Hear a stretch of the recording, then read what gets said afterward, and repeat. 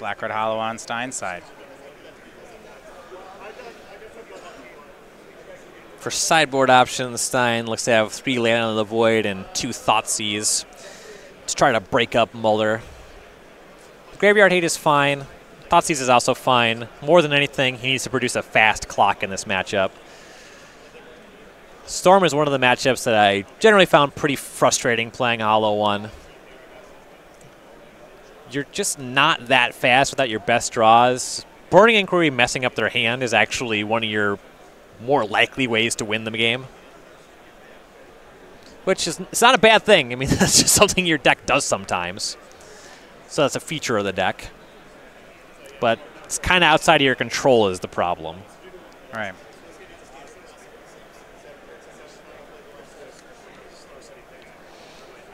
Caleb, Paul back on the same list as Caleb looks like for this weekend. We had some switching with them in a while. Paul was a fan of Pyromancer Ascension. Caleb was not.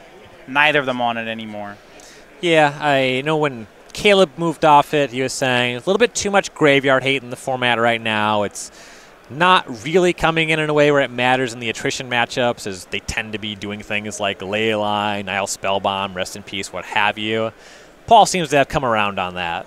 And we've seen a fair amount of Leyline of the Void in sideboards already this weekend.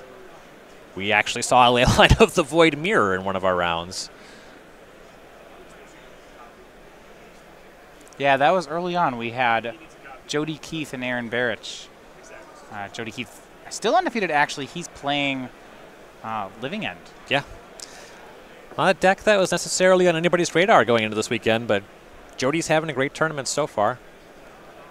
You mentioned that in the 6-0s, both Hoagland and Jody Keith are among our about 12 undefeated players left, seeing some surprise archetypes up at the top right now. Yeah. And then, of course, 2 Storm decks. Game 3 here, though, underway. Paul on the play. See Faithless Looting turn 1 here from Stein. And with him not starting on Street Wraith, that diminishes the odds that there's something like a turn 1 Hollow 1. Could be setting up with some Bloodghast or Flamewake Phoenixes, or what he really does not want to be the case, just cleaning out a clunky draw. Hollow 1's a deck that definitely wants to mulligan if you're not generating some kind of value with your Faithless Looting. Hand looks to be a little heavy on lands from what I've seen. Yeah, agreed. I want to say I see 2 fetch lands in a swamp. Yeah, in this kind of matchup, he doesn't have that much disruption. So I would think his speed is going to be very important. Right. And I'm pretty sure the first card off this Faithless Looting was a Leyline of the Void. All right, well, we'll discard that one. Maybe you cast it for 4.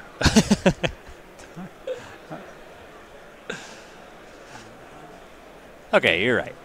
all right, we'll discard the 2. Here's Street Wraith. Love to find a Hollow 1.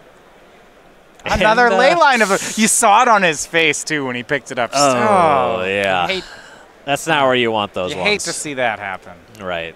It's part of the cost of having that as your Graveyard Hate plan, though. Yeah. And then he draws the... I love watching this deck. It's just the swings. I don't think I could take playing this deck for a whole tournament. I would lose my mind. It can be rough. You have to really appreciate the feeling when your deck just does the most busted possible thing, enough to get over exactly what you just saw here. My cards, sometimes they cost 0, and sometimes they cost a ton. Sometimes I win the game very easily. Sometimes I lose the game with no decisions, and there's nothing that anybody could have done about either of those things. Peer through depths and Paul Muller finds Manamorphose. Yeah, that's one you're always happy to have access to. And with Paul under no pressure, Storm gets to play that game where Paul just makes land drops, inevitably just gets to do something big. And with Manamorphose as one of the cantrips, it means he can maybe look at one of those really low investment combo startups.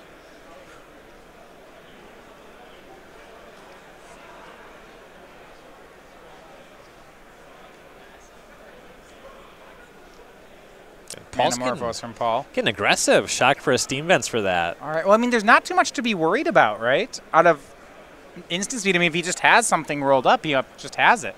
We'll see what it is. Thinking of it less in terms of worry and more in terms of what he could have. And if he's starting here, I assume it's Empty the Warrens. Okay. 3 red. And it is. Empty the Warrens making 6 goblins from Paul Muller. With Abraham Stein controlling no non-land permanents, 6 goblins is a good amount of pressure. Yeah, and it didn't, and this is one of the more interesting parts about Storm, it didn't cost Paul all that much. You know, the first ritual was a Manamorphose. Right. Yeah, 2 cards out of his hand to make 6/1/1s.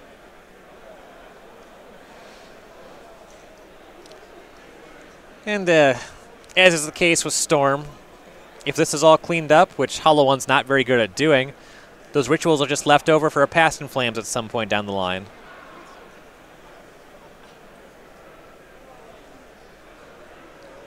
And the way things are going, unclear if Stein has anything better than Flashback Faithless Looting on the following turn.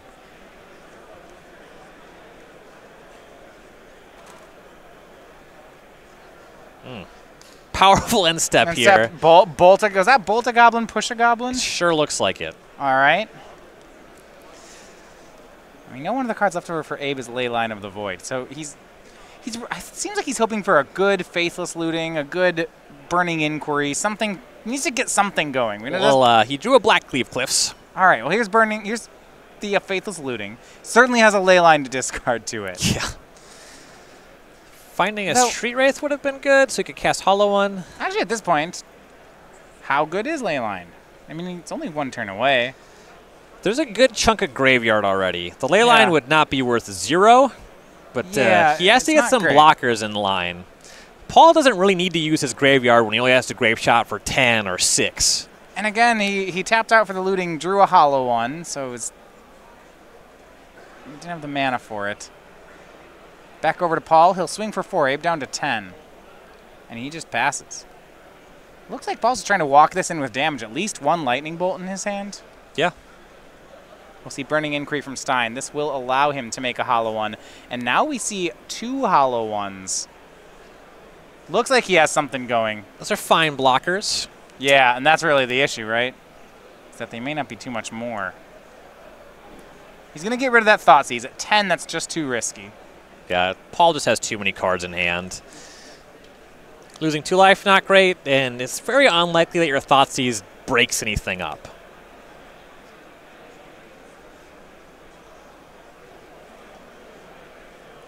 And it's a pair of Hollow Ones here from Stein.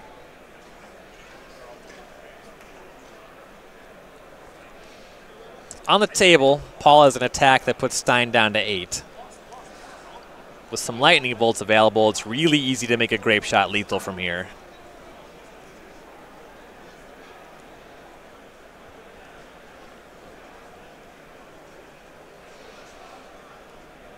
It's nothing for 0 that Paul has to think about. I think he's a little bit light on red mana, and that's why he's looking at Lightning Bolting end step here. Yeah, and he sends Abraham down to 7. So for Abe, can push 2 more. Then push Abe down to 5. We'll see if Paul has the rest of it covered. Just a Bolt and a Grape Shot might do it. A block for 2. Abe down to 5. Is it Bolt Grape Shot from Paul? We'll see. Yeah, that would certainly be lethal. Bolt you. This feels like it. I would be surprised if there was no Grape Shot. And that makes it 5. Paul Muller improves to 7-0 with Storm. Yeah, and part of our conversation this weekend has been how